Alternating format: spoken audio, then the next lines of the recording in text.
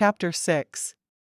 When Lars came into the house at the end of the day, he stopped short, not believing everything his new wife had accomplished. Why, she had worked as hard as he had that day, and he hadn't thought that was possible. The table was set, and the pretty tablecloth Olga had made was gracing the table. It even smelled clean. "You've worked hard today." Meg turned to him with a smile. "I did. All of your clothes are clean. You won't have a hard time finding anything to wear." She planned to do just a bit more laundry the following day, because of the clothes they were both wearing. She wanted everything clean. She knew it was silly, but she didn't want to have to deal with the filth she'd dealt with that day ever again. "I'm impressed. I know women's work isn't easy, but you've done so much, you make it look simple." He sighed. "I'll be ready for dinner as soon as I've milked the cow." Just as he turned to leave, he heard a soft meow. Turning back, he frowned. Was that a cat? She nodded. "I found a kitten in the bushes. She seemed hungry, so I brought her inside. I'm not really fond of cats." He didn't hate them, but found them relatively useless. "You live on a farm. I've seen a mouse here, and the cat will take care of mice, and she'll keep me company. I don't think I can get by well without some kind of pet. At least until children come." He frowned. "I suppose you can keep her." "Thank you," she said, a huge smile on her face. "Do you like buttermilk?" He blinked a few times, trying to understand her question. "Not particularly." "I'll let Beth have it then." "Beth?" "The kitten. I was named after Meg in Little Women, so I named her after Beth. You know, the sister who died." "I have no idea what you're talking about, nor am I sure I want to. I'll be back with the milk." He walked outside, closing the door behind him. "Well, he's a grump this evening," she told Beth. Pouring some of the buttermilk into a saucer, she giggled as the kitten put a paw in the middle of the milk as she lapped it up. "You're just going to make a mess, and have to wash your foot." The kitten ignored her in favor of her treat, and Meg hurried as she finished the meal preparations. She had the bread and butter on the table when he came back in, and she served them each a large bowl of stew. Lars set the milk on the counter and washed his hands, eyeing the tabby cat. "She's not a very delicate eater." He grinned as she splashed milk onto the floor. Meg grinned. "She's still a baby. I'm surprised she's old enough to be weaned. She's drinking milk just fine, though." "You mentioned buttermilk. Does that mean you made?" He trailed off as she pointed to the butter on a plate in the center of the table, beside a loaf of fresh bread. Without thinking about what he was doing, he grabbed her and kissed her with a loud smacking sound. "I have missed fresh bread more than anything." Meg laughed. "I'll make sure you always have fresh bread if it makes you happy." He sat down and immediately cut himself a piece, slathering butter on it. "Delicious," he said, his mouth full of the bread. He took a swig of his milk and sighed. "I needed this." "Well, enjoy it then." She ladled stew into 2 bowls and put one on the table beside his arm. "I'd like you to eat some stew as well." "I won't forget the stew." "You're a good cook," he said, cutting off another piece of the bread. "My mother was a cook for a wealthy family back east. I grew up helping her in the kitchen, and when I left home to teach, she gave me a book with all of her recipes written in it." "No wonder you cook so well. Do you know how to make cakes and pies?" "I can make anything. My mother filled the book with many different desserts. And I'm what she called a natural cook. I just seem to know which spices go together to make things taste good." Lars smiled. "I'm happy to hear that. I will not complain if you want to make something new every night, or if you make this stew every day for a year." "Thank you." The words made Meg's stomach flutter. "Thank you for working all day. You're going to be an easy man to please where food is concerned, and I'm grateful for that." When he'd finished his first bowl of stew and fourth slice of bread, she asked, "Do you want more stew, or do you want a piece of the pumpkin pie I made?" He seemed torn. "How about another bowl of stew, and then 3 pieces of pumpkin pie?" She laughed softly. "I can make that happen." She got to her feet and filled his bowl, bringing it back to him. "How did the plowing go this afternoon?" "Very well. I'm just about finished. I should be able to do the rest tomorrow, and then I can start working on building more fences." "Why do you build fences?" she asked. "To keep predators away. I don't want animals in my fields." "That makes sense." She looked over at the kitten who had curled up in front of the stove for a nap. "Are you planning on keeping her inside?" he asked. "I don't know. What do you think?" "I definitely want her to be inside some, because I want her for companionship, but I don't mind if she goes outside to hunt at night." "That little ball of fluff is not ready to hunt." He frowned. "Keep her inside. We can let her out when she wants to go, but there's no use worrying about her getting carried off by a wolf or something." Meg hadn't thought of the danger the kitten could be in if she was outside. "That's a good idea. She can sleep with me." He sighed. "You're going to treat her like a baby, aren't you?" "For as long as she is a baby, she'll be treated as one." Meg didn't care what he thought. Beth was her baby for the time being. She got up and went to the counter, carefully skimming the cream from the top of the milk so she could make whipped cream. A few minutes later, she turned back to Lars, a generous piece of pie with a large helping of whipped cream on a plate for him, along with a fork. She placed it on the table, and watched as he pushed his empty bowl away and picked up the fork, pulling the pie closer. Taking one bite, Lars let the flavors explode in his mouth. The woman could cook and bake like nothing he'd ever seen. Why, she was a better cook than his own mama back in Norway. He noticed that she didn't bother with a piece of pie, but instead started right on the dishes. "You don't like pumpkin pie?" he asked. She shrugged. "I don't like it much. I'd rather save it for you, since you like it. I'll bake a cake in a day or two, and I'll certainly eat my share of that." Lars sighed. "Thank you for making me something that you wouldn't have made for yourself. That means a lot." He didn't want to feel like she was doing special things for him, but he couldn't deny it. "You should make things that you like as well." "Oh, I will. I could just tell you were really hungry for a pumpkin pie, so I wanted you to have some."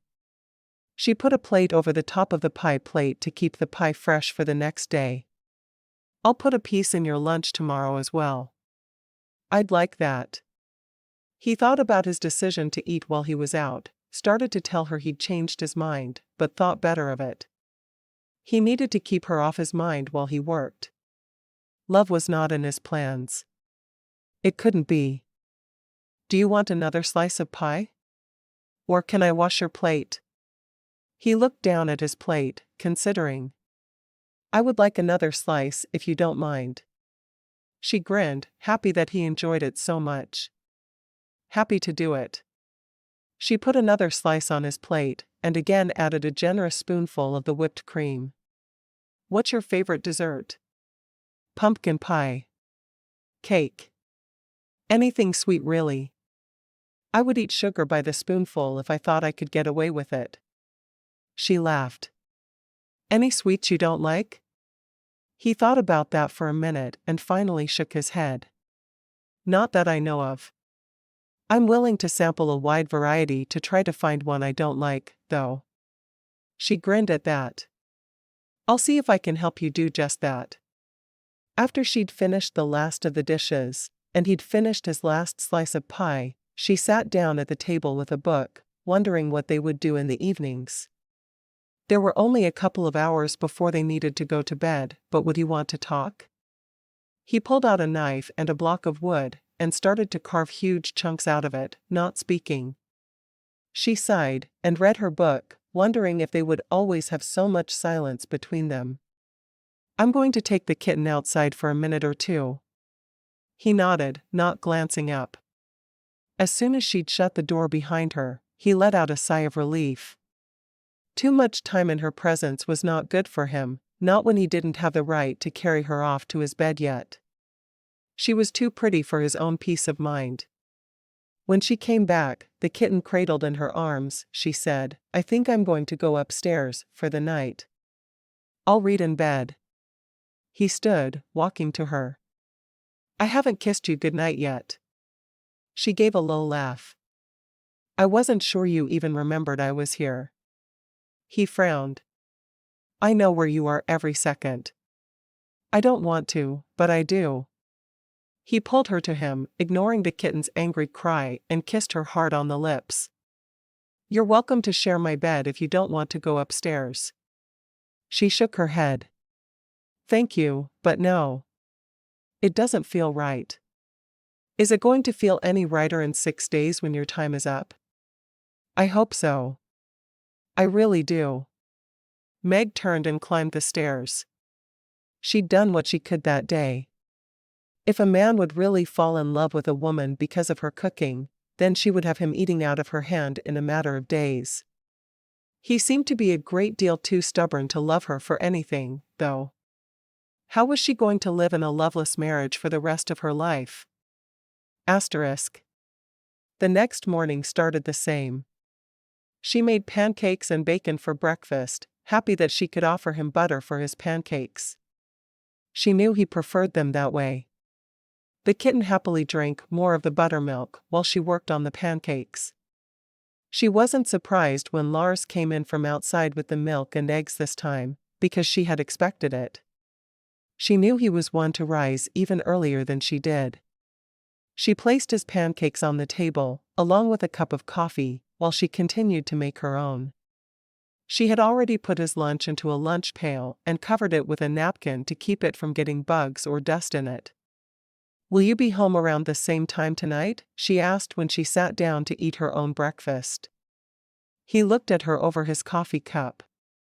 "Yes, same time." Breakfast was good. He pushed away from the table, walked around the table to kiss her softly, and took his lunch pail with him. When she heard the door close behind him, a tear escaped her eye. He really wasn't ever going to love her. At least, that's the way it seemed at that very moment. As much as she wanted his love, maybe she should just resign herself to the fact it could never happen. She shook her head, doing her best to get rid of the negative thinking. She didn't know where that had come from. She'd only known him 2 days. Of course, he didn't love her yet. How could he? He hadn't heard her sing. And more importantly, he hadn't eaten her muffins.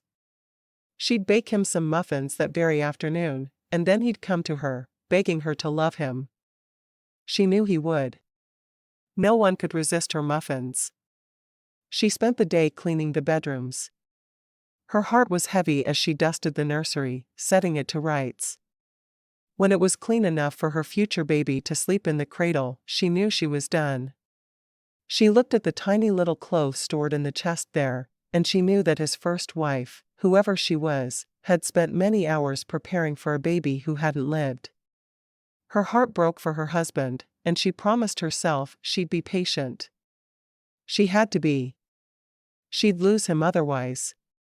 She carried the kitten up and down the stairs, but she let her follow her around the rest of the time. She went to the spring house for more food and found a ham, carrying that into the house. She could make ham and some scalloped potatoes, something her mother had called one of her own special dishes. She carried her ham into the house, the kitten trailing behind her. While the ham was baking, she peeled potatoes and got them ready. They could go into the oven much later, but she liked for the cream to be soaked into the potatoes before she put them into the oven. She had tucked the clothes that needed to be mended into a basket and carried them into the parlor. Taking out her needle and thread, she went to work on them. If she could make the clothes he had now stretch for a bit longer, she would get the fabric she needed to make him new clothes when they were in town next. She didn't know what his financial situation was, but she had some money of her own saved from her time teaching. She patched a few pairs of his breeches before it was time to put the potatoes in the oven. She hoped he didn't mind eating day-old bread with his supper, because she'd had so many other things to do that day, she hadn't gotten around to baking any. She would use whatever was left to make him some French toast in the morning, hoping he liked it as much as she did. When Lars came into the house that night, he sniffed the air and sighed. "Are you going to spoil me like this every day?" he asked. She smiled. "I'm certainly going to try. You work very hard, and you deserve to come home to a meal you can enjoy." She was just sorry she hadn't made him muffins yet. The next day she would, she promised herself. "Soon I'll be too fat to work with the way you feed me." She laughed, eyeing his lean frame. "You'd have to gain weight to be considered thin." He made a face at that. He'd always been lean, but he didn't like to have it thrown in his face. "I will do my best to get fat to please you." "You already please me. You don't have to change a thing. I just don't want you to worry about getting fat, because I don't see how you could."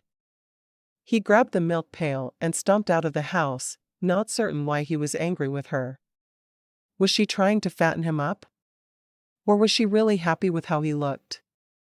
And did it matter that much? As he milked the cow, he wondered why he cared about her opinion. Certainly she didn't care if he was thin or fat. She'd agreed to marry him sight unseen. He was being overly sensitive. He wanted to be angry with her, and not care for her. He needed to quit looking for reasons to get angry. She was a good woman who was doing everything she could to please him, even though he'd told her that he had no intention of ever falling in love with her. He shook his head, suddenly annoyed with himself. Meg was a good woman, and she deserved his respect, not his animosity. He needed to go back into the house and apologize immediately. He didn't want to, but he knew it was the right thing.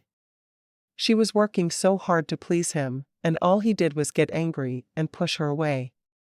It wasn't her fault his wife had died. No, he needed to quit treating her as if she was the enemy. Chapter 7. Lars walked back into the house with the milk and set it on the counter before turning to his new bride. "I owe you an apology." Meg blinked at him a couple of times, unsure what he thought he'd done wrong. "For what?" He sighed. "I've been doing everything I can to not like you. I know that sounds ridiculous, and it is ridiculous. But, why do you want to dislike me?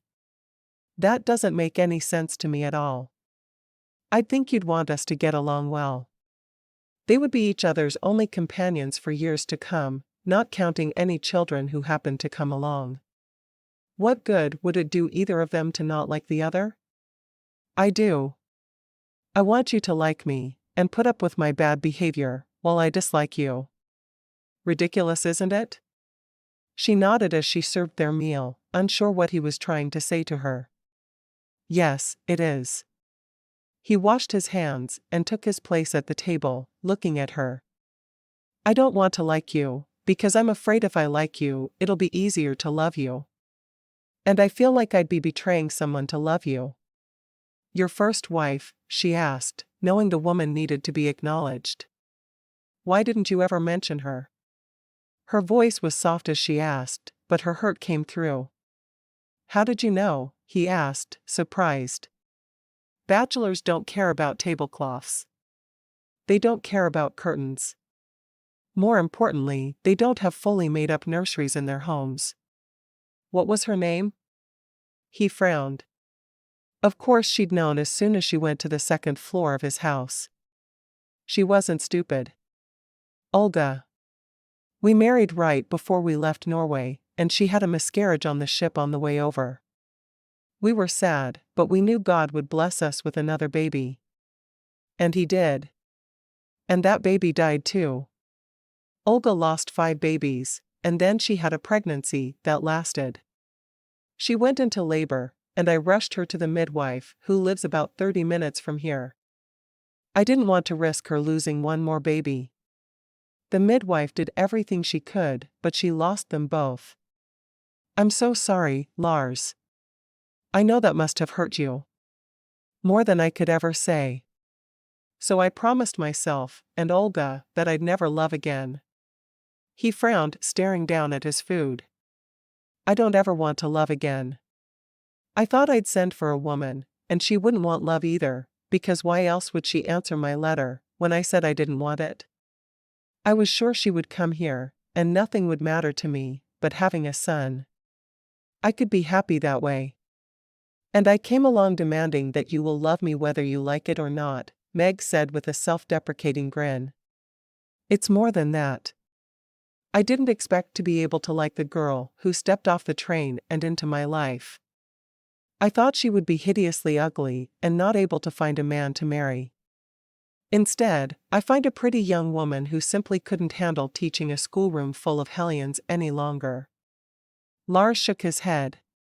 It would have been so much easier for me if you were the hideous woman I expected. I could have easily forgotten about you when I went to work for the day. And you can't forget me? Meg found she really liked that idea. She wanted him to think about her while he was away from her. What woman wouldn't want that? Of course, I can't. You've single-handedly made my home livable again in a fraction of the time I thought it would take. You've adopted a stray kitten with more warmth than I've shown anyone in 2 years. When did she die? February of 1895. Just under 2 years ago. Why did you decide to marry if you wanted nothing to do with a wife? She asked. That was the one part she couldn't understand. He frowned, taking a sip of his milk. I want a son. I came here from Norway imagining building a grand empire that I could leave to my sons. I have no one.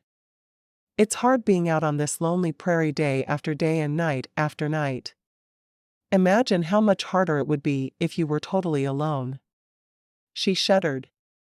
She needed a kitten just to get through the hours he was gone. Imagining what it had been like for him after Olga's death made her want to cry. I don't want to, Meg told him simply. So you do understand how it was. I would get up early and go to work, so I wouldn't have a chance to be lonely. I even went to church a couple of times, hoping there would be news of someone moving near, but there never was. If I had neighbors down the road, it would be different, but this prairie sucks your life away. After spending 2 years alone on the prairie, it started to feel like a jail. I couldn't take another winter alone. I needed to have someone to face it with me. Meg reached out and took his hand in hers, trying to give him comfort. Then let me face it with you. We may not be in love. We may never love one another. But we can face it as friends and companions, and maybe love will grow from that. Lars nodded, feeling like he'd just run the gauntlet. Never in his life had he bared his soul the way he'd just done with Meg, and she'd been wonderful. He brought her fingers to his lips. Yes, let's face it together. She felt like they'd made a sort of peace, and she was happy with that. I've gotten most of the house cleaned, she said, changing the subject to one that would be easier for him. I want to clean the basement tomorrow if you don't mind. I'll probably rearrange some things, so they'll make more sense to me. He shrugged. I don't mind that at all. Do what needs to be done. Why would he care if she rearranged the basement? After finishing the supper dishes, she started to go up to her room with a book, but he stopped her. Come sit in the parlor with me, he said. We'll talk and get to know each other better. Meg blinked in surprise, but she nodded. I'd like that a lot. She was very surprised at his attitude reversal, but she had no complaints about it at all. It was nice to have a husband who actually wanted to spend some time with her. They went into the parlor, and he sat on the sofa, patting the spot next to him. I won't bite, he said with a grin. She laughed and took the spot right beside him on the couch. She wasn't worried that he'd bite, but she wasn't certain just how much touching she was willing to do. I'm not afraid of you. He chuckled, his arm going around her shoulders. Tell me where you grew up. She was surprised at the question. He was acting like he was courting her all of a sudden, and she wasn't quite certain how to react. With him, it was either treat her like the enemy or like he was courting her. How was she supposed to know which one it would be? I'm the daughter of Irish immigrants. My mother was the cook for a wealthy Boston family, and my father was the gardener and handyman. We lived in a small house behind the mansion of the family they worked for. There were 7 of us, and Mama often took us girls to help her work after school or on school holidays. The boys worked with Papa. I'm the youngest, so I was last at home. I think Mama was happy when I finally moved out. You do? They didn't like having children at home? Norwegian families were large and usually very close-knit, and he thought it was the same way with the Irish. Oh, they loved me. Don't get me wrong. My eldest brother was already married when I was born. I was a bit of an afterthought and a big surprise to my parents. They thought they were almost done raising children when I came along. He grinned. A good surprise, I'm sure. Oh, sure I was. But they were tired after all those years of child-rearing, and then they got me. She smiled. They were very good to me, and I was a happy child. I loved to go with Mother to work and help her cook. She always told me I'd make some man a wonderful wife someday because cooking came so naturally to me. But you were a school teacher? She shrugged. I wanted to be independent for a while, before I married. I was certain I would be a stronger woman because of it. So I moved to Beckham and taught there. I thought I'd teach for a year or 2, and then I'd be willing to marry. It never occurred to me that my first school term would be so awful. She shuddered. The demon horde was something else. I didn't mind the frogs in my desk. The lizards were bad, but I could deal with those as well. The snakes got me. And the mice. Oh, the day they put 4 mice in my desk, I was ready to climb atop my desk to get away from them. When I shrieked, all of the children laughed. It was hard to keep their respect when they'd heard me scream like a little girl. Lars did his best not to laugh aloud at the picture she painted. And so you answered my advertisement. Oh, it was so much worse than that. The oldest boy from the family, who was still in school, came to me after class one day to tell me what a horrible teacher I was. And he put a copy of the Grooms Gazette, the newspaper his sister, Elizabeth Tandy, publishes, right there on my desk. He told me since I was so useless as a teacher, I should become a mail-order bride. There was nothing left for me in Beckham. He didn't. The boy should have been beaten. Yes, he should have. Instead, I read through the newspaper as soon as he left. And I saw you asking for a bride, and there was something about your words that made me want to marry you and no one else. So you answered my letter, even though you knew you'd never settle for a man who didn't love you? Lars was still baffled about that. I was convinced I could change your mind, you see. I'm not sure how I was going to change your mind. That part was always very fuzzy in my head, but I knew I could. He shook his head at her, turning her to face him more fully. With kisses, maybe? She blushed. I'd never been kissed. How could I think I was so good at kisses that I could make a man fall in love with me? Practice makes better. She giggled. Practice makes perfect. Oh, there's no perfect way to kiss or do anything else. Practice will make you better, though.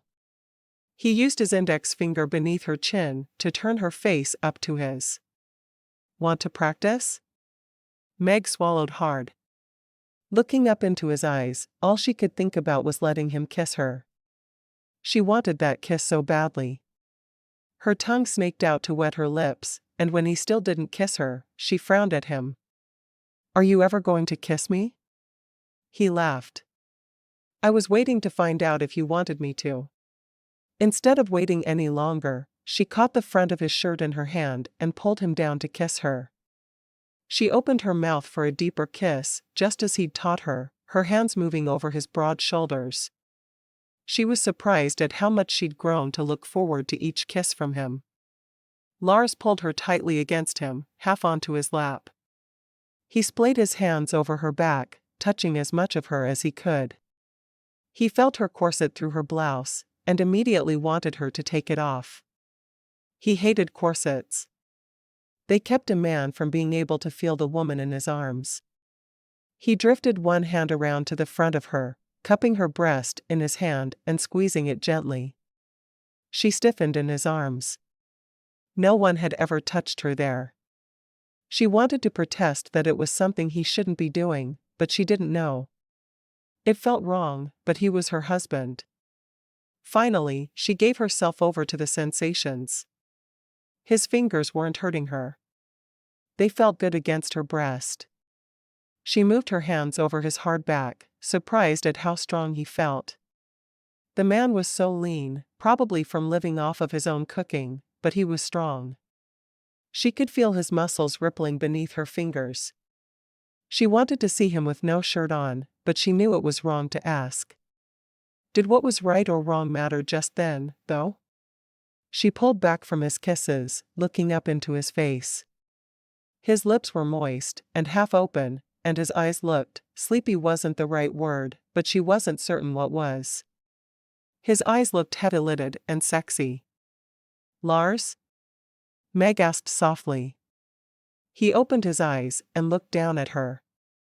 Yes? Would it be wrong of me to take your shirt off? I want to touch you. He shook his head. We're married. Nothing we do, as long as we both want to do it, is wrong. Oh. She thought about that for a moment. Well, I want to take your shirt off and touch you.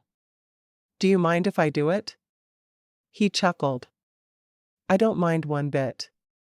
In fact, I'm sure I'll like it. She carefully unbuttoned each of the buttons at the front of his shirt.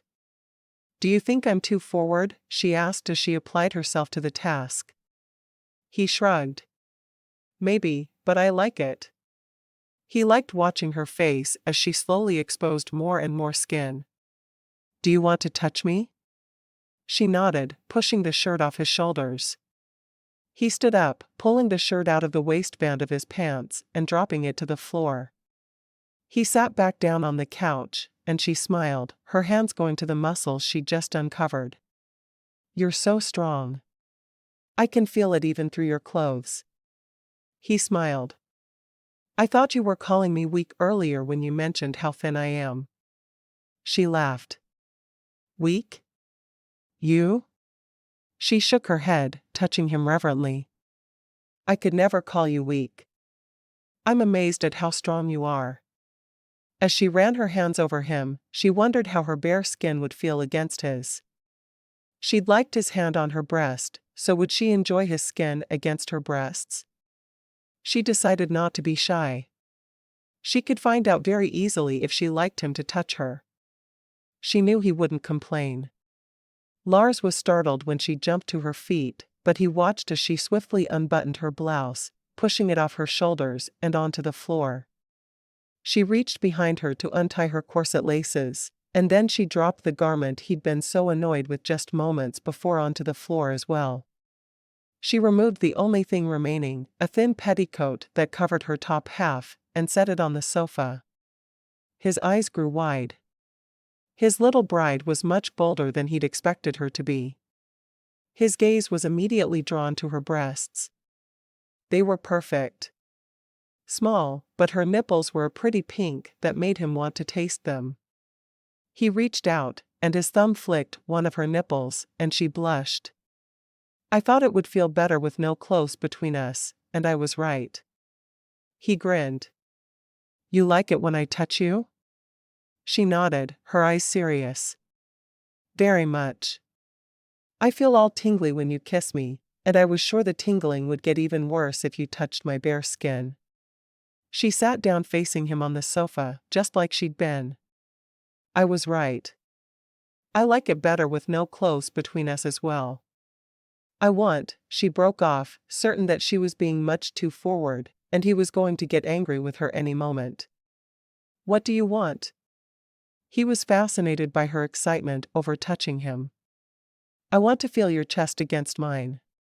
She felt her face flaming, and she was sure she was blushing profusely, but she kept her eyes on his. He smiled.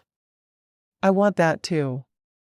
Catching her waist in his hands, he sat back against the sofa and pulled her astride him, so they were facing one another. Her breasts were flattened against his chest as he caught her lower lip between his teeth, nipping at it gently. She sank into his kiss, her lips parting. Her hands stroked his bare shoulders, and she wiggled a little against him, liking the feel of his hair-covered chest against her nipples. She knew she was doing things her mother would never approve of, and she had to keep reminding herself she was married to this man. His hands moved to her hair, and he began to quickly remove pins from it. Her long hair fell out of the bun she'd contained it with, and he combed his fingers through it. "I love your hair," he whispered against her lips. She sighed, her fingers going to his hair as well. "I like yours, but you need a haircut." "We'll do that soon." He grinned. "You're going to cut my hair?" "If you'd like me to." Her mother had always cut her father's hair, so she was pretty certain that was common practice. He nodded. "I'd like that. I like to feel your hands on me." Taking a deep breath, he said exactly what was on his mind. "We have two choices right now. You can either go upstairs right now and go to bed, or you can go to bed with me. If you sit on me like that for even another minute, I'm going to drag you off to my bed, whether that's what you want or not." Meg bit her lip in indecision. "I think I should go upstairs. I need another day or two." He sighed, catching her waist and putting her on her feet in front of him, silently cursing himself. He could have made love to her if he hadn't asked, and he knew it. He stood up, kissing her one last time, and feeling her press against him. "Good night, Meg." She sighed as he hurried from the room. "Good night, Lars," she said to the empty room. Chapter 8. When Lars came into the house with the milk and eggs the next morning, he put his arms around Meg from behind, kissing the side of her neck. "Hey, no kissing when I'm messing with hot things. Remember?" "I remember no kissing if I was going to put either one of us in danger." "No?" Meg felt hot enough she wouldn't be surprised if she'd been burned, especially where his lips were against her neck. She didn't think that would be an appropriate thing to tell him though. "Don't make me spill." He wrinkled his nose when he looked at what she was making for breakfast. "Oatmeal?" She grinned. "Trust me. It's not your mother's oatmeal. It'll keep you warm while you work in the cold wind today." "I'm going to come home for lunch," he told her. "You are?" She turned in his arms and her gaze met his.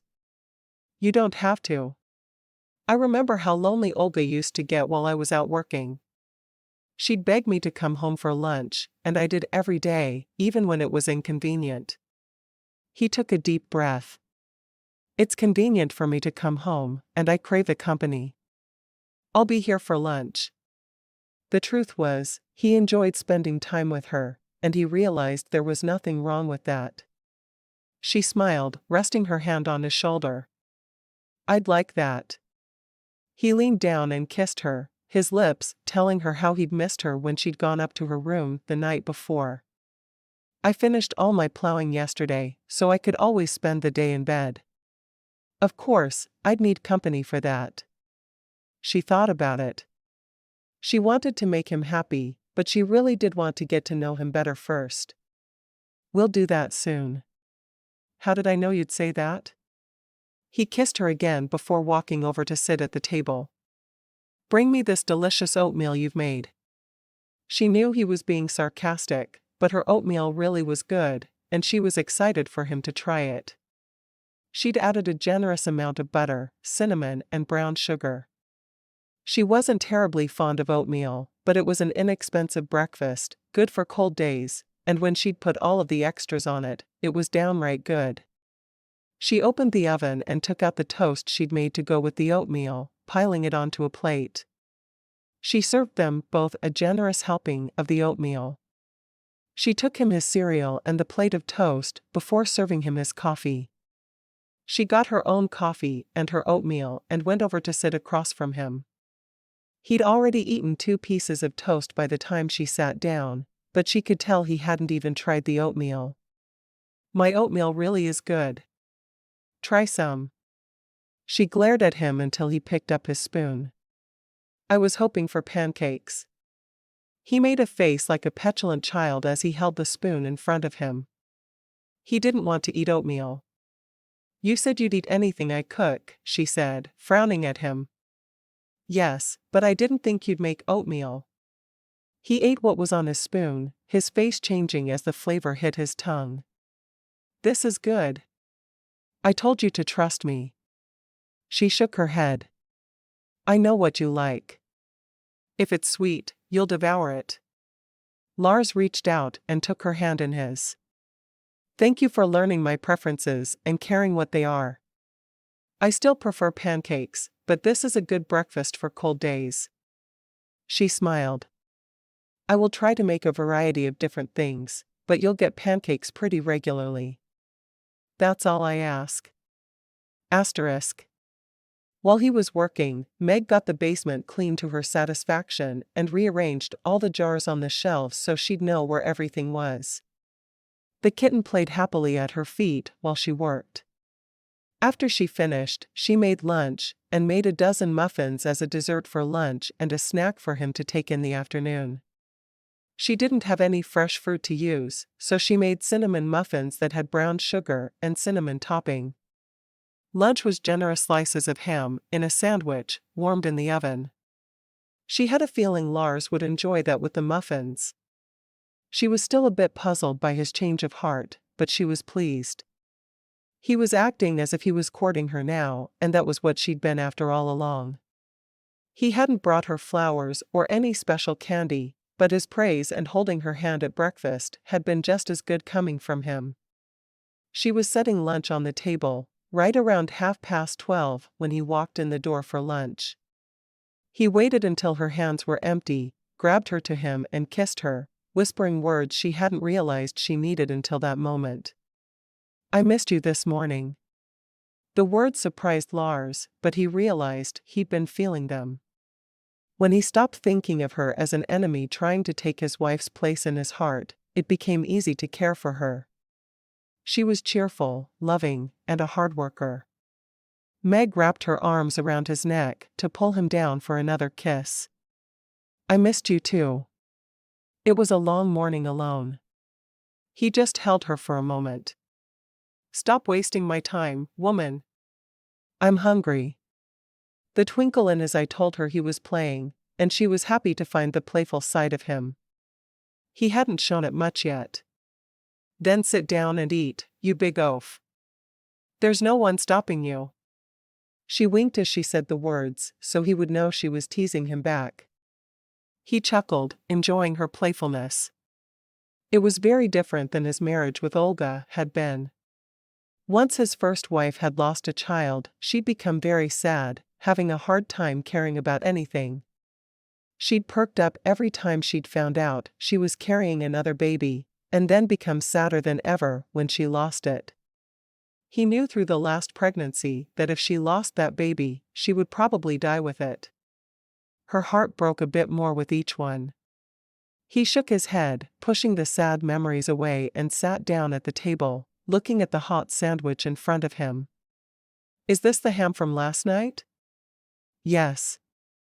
I try to use up anything that's left before making something else. I'll make a soup tonight using beans, carrots, and the ham bone." He took a bite of his sandwich, studying her as she flitted around getting everything onto the table. "Have you always been this frugal?" Meg shrugged. "I guess so. I wasn't raised in a household with a lot of money. Often, my mother would bring home what was left from her employer's table and make it into new meals for us. It's how I learned. I appreciate it. I have had many struggles with money, and a farmer never knows whether the crop will be a good one or a bad one. Making things stretch is good for us. At that moment, they didn't have money problems, but that could turn at any time. Better for her to always live as if they had nothing than always live as if they had plenty. She watched him throughout the meal, enjoying his pleasure in simple things like sandwiches. She planned to bake more bread that afternoon, feeling like the bread they were eating was getting a bit stale, but he ate every bite without complaint. When he finished, he pushed his chair back as if to get up, but she held up a hand, going to the work table and getting the muffins out from under a towel she'd placed over them. "Don't you want dessert?" He looked down at the 2 muffins on a plate in front of him and smiled. "What is this?" "Cinnamon muffins." "Have you never had them?" He shook his head. "They are not a Norwegian food." He pinched off a bite and put it into his mouth, his eyes closing as he savored the flavor. "These need milk." She poured them each a glass of milk and got a muffin for herself. She couldn't express how happy it made her when he liked what she made to eat. Was she falling in love with him? She was startled by the thought. She'd only known him for a few days, most of which he'd been very sour toward her. Yes, he was handsome, but she didn't think of herself as a woman swayed by an attractive man. He watched her, wondering at the emotions that were on her face. Something had stunned her, and she seemed almost upset. "Is something wrong, Meg? Did I upset you somehow?" She shook her head. "No, I'm fine." Her mother had once told her that she would know she was in love if she couldn't imagine a life without a man. She knew she could survive without him. Why, she could get a job teaching or doing any number of things. But she could no longer see her life without him. Meg lost her appetite, pushing the muffin away. What was she going to do? She loved him, and he still, well, he'd just quit thinking of her as the enemy. How in the world was she going to make him fall in love with her too? There was nothing worse than a one-sided love. Better if there had been no love at all. She got up and started the dishes, doing them mechanically. Lars was unsure of what had just happened, but he was suddenly worried. It was as if she had been lit by a candle from the moment he met her, and all of a sudden, someone had blown the candle out. He didn't want to imagine life with her as melancholy as Olga had been. He couldn't live that way again. He got up to leave, kissing her cheek on his way out the door. "Wait," she called. He turned, hoping to see her face lit up like it usually was. Instead, she held out his lunch pail. "I put 2 muffins in there so you could have a snack later," she said, her voice mechanical. He took the pail. "Thank you." She nodded as he left to return to his work. Chapter 9. Lars went out to the barn, carrying the lunch pail Meg had given him. Something was wrong with her, and he didn't know what. Already she was worming her way into his heart. Her upbeat attitude made a difference for him after the sadness that permeated Olga for years before her death. He had taken on her sadness once she died, almost feeling as if it was a vigil he must carry on to keep her alive in some way. Yes, there had been necessary sadness right after her death, and after the death of their son, but it was time for him to move on with his life. Time for him to be happy. His sweet bride was so good for him, and he knew he needed to do what he could to keep her happy. He didn't think it could be the Dakota Prairie that was bothering her, because then she'd have been upset when he got there. No, it was something to do with him. He wanted to get her a nice gift to make her feel better, but it was a 3-hour trip into town and back by horse. That was too far. He saw one of the blocks of wood he kept there for his whittling and picked it up, turning it over in his hand. He couldn't pick flowers in November, but he could make her something just as nice. He found a knife that he used to cut bales of hay for the horses and sat down on a bale with his back to the barn wall. How long could it take to make a sweet surprise for his bride? He closed his eyes for a moment and thought about what he wanted to make her and smiled. Yes, she would like it. Asterisk. Meg did her chores in a bit of a daze that afternoon. How had she fallen in love so quickly? She'd thought she was more practical than that. She baked a cake for him, knowing he would be thrilled for the sweet treat after supper. No longer was she willing to try to make him love her with food. No, she would wait for it to happen naturally if it ever did. But how could it? He obviously still loved his Olga, the woman he'd married young and emigrated with from Norway. She sang softly as she worked, a song of unrequited love that her mother had always sung on days she was sad. It felt good to sing the old Irish tune, and she felt less alone in the world. When the bread had been baked and the soup was boiling on the stove, she sat at the table in the kitchen darning all of her husband's socks. She couldn't find a single pair without a hole in them, and she'd already noticed he needed new boots. When he bought them, he would surely get blisters. She wished she had some yarn so she could knit him some new socks, but that was something she would have to get from the mercantile in town. She wondered if Lars would let her take the wagon to get some yarn and some yard goods so she could start making Christmas presents for him. The whole while she worked, she sang sad song after sad song, realizing they were making her feel better quickly. She had a voice that was clear and pretty, and she knew it, having taken many singing lessons from the pastor's wife of her church when she was younger. The lessons were grueling, but she'd been a willing pupil, always enjoying singing for her congregation. She looked up when the door opened at 5, 30 minutes earlier than he usually came in. She jumped up, dropping socks everywhere. "Oh, I'd have cleaned this up if I'd known you were coming home earlier than usual today. I'm so sorry." He shook his head. "You did nothing wrong. I spent the afternoon making you a gift instead of working." Meg stared at him in disbelief. Why, Lars seemed almost shy to her, something she'd never seen from him. "You did?" "Close your eyes," he said, seeming much younger than his years to her. It was almost as if he was, well, as if he was trying to court her. Was that possible?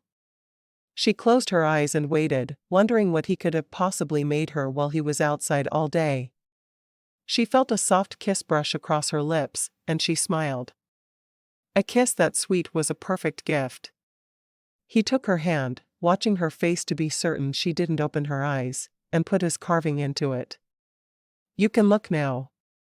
She held up the object, obviously wood, to see it. "Oh my," she whispered softly, her fingers tracing the small wooden cat. "You made this today?" She'd had no idea such an intricate carving could be made in such a short time. "Why, this is the work of a true artist." Lars blushed a little at her praise. "I thought you might like something hand-carved by me." She flew into his arms, hugging him tightly. "I love it. Thank you so much." She knew then that he was developing feelings for her. Maybe it wasn't love yet, but he wouldn't have gone out of his way to make her something so special if he hadn't cared at least a little. She walked to the sink and put the small cat on the windowsill of the window she looked out while she did the dishes every day. "I'll treasure it always," she told him, a bright smile on her face. He rubbed the back of his neck, a little embarrassed by her enthusiasm. "I'll go and milk the cows." He grabbed the bucket and walked outside, surprised by how much her happiness thrilled him. As he walked, he thought about her smile, and how he never again wanted to see her without it. And then it hit him. He loved her. Not in the way he'd loved Olga, because that love had faded when he'd had to hold her up during her sadness. He'd always loved her, up until the end, but he'd loved her more as a friend than a husband loving his wife. Every time he looked at Meg, he realized how strong she was. He could see that she was a happy person deep inside. Olga had been given to fits of melancholy even before she'd lost the first baby. She'd wept copiously when they'd left the village where they'd both been born and raised. No, his Meg would grieve the loss of a baby, as any woman would, but she wouldn't dwell on it the way Olga had. She wouldn't lose the ability to smile entirely. When he went back to the house, he stood outside the door for a moment, trying to get his courage up. It was the first time he'd see her since realizing his love, and that made it more difficult for some reason. Her pure sweet voice came through the door, and he stood listening for a moment. The song she sang was in another language. Gaelic maybe? Whatever it was, the notes were beautiful. He'd had no idea she could sing that way. Was there anything his darling wife couldn't do? Other than deal with unruly children in a schoolhouse, of course. He opened the door to her beautiful smile, the notes fading from her lips. Supper's ready. Wash your hands and sit down, and I'll serve us. He nodded, washing his hands, and going to his spot across the table from her, nervous still. She put a large bowl of soup on the table in front of him, and a loaf of fresh bread. Every time you bake bread, and I come home and smell it filling the air, I want to get down at your feet and kiss them. She laughed. Instead of kissing my feet to thank me for the bread, you're welcome to kiss my lips or even my cheek. That would do just as well. He chuckled, liberally slathering butter on a piece of bread. Are you sure that's showing the depth of emotion I feel for you? I know it's not enough emotion for the bread. She poured his milk before moving to sit across from him. Just eat it. It makes me happy to see you enjoying something I've made for you. While she ate her dinner, she felt something new between them. It wasn't just her newly realized feelings for him. It was knowing he cared for her as well. If he didn't, he wouldn't have made the cat for her. She glanced over at the wooden cat and smiled. He was courting her. Maybe he didn't love her yet, but she thought it was possible for it to come if he cared enough to make her something frivolous. If he'd made her something useful for the house, it would have been something else entirely in her mind. But he made something that would just look pretty. She couldn't ask for more. He was thrilled by the cake, and she sat down with a large serving of it herself. He gazed at her plate with a grin. You like sweets too? Of course I do. I'm just not fond of pumpkin pie. I'll make it as often as you would like me to, though. Any other sweets you don't like? Just so I don't ask for them and force you to cook something you won't eat. He already knew she would do anything to make him happy. How God had known he needed her, he didn't know, but she was the woman he was meant to spend his life with. He could feel it. After she'd finished the dishes, he caught her hand and pulled her down into his lap. He didn't know if he should be as nervous as he was. Would she send him off to his lonely room again? He kissed her, his hand stroking her back. He couldn't let it get out of hand without knowing what her plan was. Finally, he broke off, resting his forehead against hers. Are you sleeping with me or upstairs tonight? Meg took a deep breath. She knew what her answer needed to be. She loved him, and she was married to him. Was there any reason left to deny his husbandly rights? I'll sleep with you. Thank you, he breathed reverently, getting to his feet, and taking her hand, leading her to his bedroom. He knew she'd been in his room, because it was clean, but he hadn't been in there with her. It was different. I'm nervous, she whispered softly, unsure of what she was supposed to do. He sat at the foot of the bed, catching her waist in his hands. There's no reason to be. We'll take it as slow as you want. She smiled, winding her fingers through his dark blonde hair. Thank you. I'm blessed to have you for a husband. He pulled her down onto the bed, kissing her sweetly. Just keep that in mind the next time I make you angry. She laughed, pulling him down for another kiss. I'll do my best. Chapter 10. The Saturday before Christmas had Meg terribly excited. There was going to be a Christmas party at the church, and the pastor himself had found them when they'd gone into town for supplies, inviting them both. I know it's a far drive for you too, but it would be a good way for Margaret to get to know some of the local ladies. Meg looked at Lars, trying not to get her hopes up. She wanted to go so badly, but she didn't know how he'd feel about it. He'd told her shortly after she arrived that he hadn't been to church since Olga and the baby had died. Lars looked at Meg's face, knowing immediately she wanted to go, and not seeing a good reason to deny her. He did want her to be able to make friends with others in the area. She missed being around other women, although she never complained. Meg was dressed in her prettiest Sunday dress for the church party. It's starting to snow. Lars looked out the window, needing to be sure it wouldn't be a harsh snowfall, but it wasn't. It was just a light flurry. "Are you ready?" he asked. She looked prettier than he'd ever seen. Her skirt was a bright red, and she wore a pretty pink blouse with it. She had a red coat with a black trim to wear with it, and he knew he had the most beautiful bride in all of the Dakotas. She nodded, putting her hands to the sides of her head to be sure her hair hadn't fallen from its carefully arranged bun when she put her red bonnet on. "I think so. Do I look all right?" He grinned, pulling her to him and kissing her softly. "You didn't look kissed before, but you do now. That's important." She laughed, pushing against his chest, but not really wanting him to let go of her just yet. "Why do I need to look kissed? We can't have any of those other men around here thinking you're available. You, my dear Meg, are taken." She shook her head. "No one else will look at me as you do." "How could they? I look kissed now. I may have to kiss you before you go into the church again. Just to be sure. I might even ask you to kiss me again. I can't have my lips looking unkissed." Beth watched them from her vantage point in front of the stove, her eyes seeming to scold them for planning to leave her. Meg wished she didn't have to leave the kitten alone, but she knew she would be much better off at home. "Let me get my dish for the potluck, and we'll go." "What are you taking?" he asked, trying to peek at the dish she'd just removed from the oven. "Stop that. People are going to think I never feed you." He laughed. "You've had to take my pants out, so I think they'll know you've fed me." He patted his belly, not complaining a bit about the weight he'd gained since their marriage. He'd needed the extra pounds and wasn't a bit embarrassed that his wife cooked so well.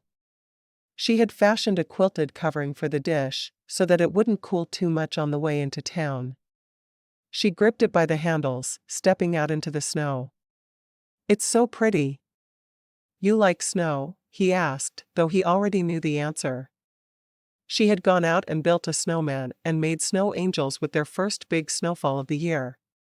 He'd come home from work and wondered if she'd done anything at all while he'd been out, but the answer had been a resounding yes. The woman seemed incapable of sitting idle. He helped her into the sleigh. The snow was just deep enough to make the sleigh necessary, and she'd been excited to travel in it. He'd hung jingle bells on the horse's reins, knowing it would make her happy. As they drove, she sang every Christmas carol she could think of, happy to be alive and celebrate Christmas.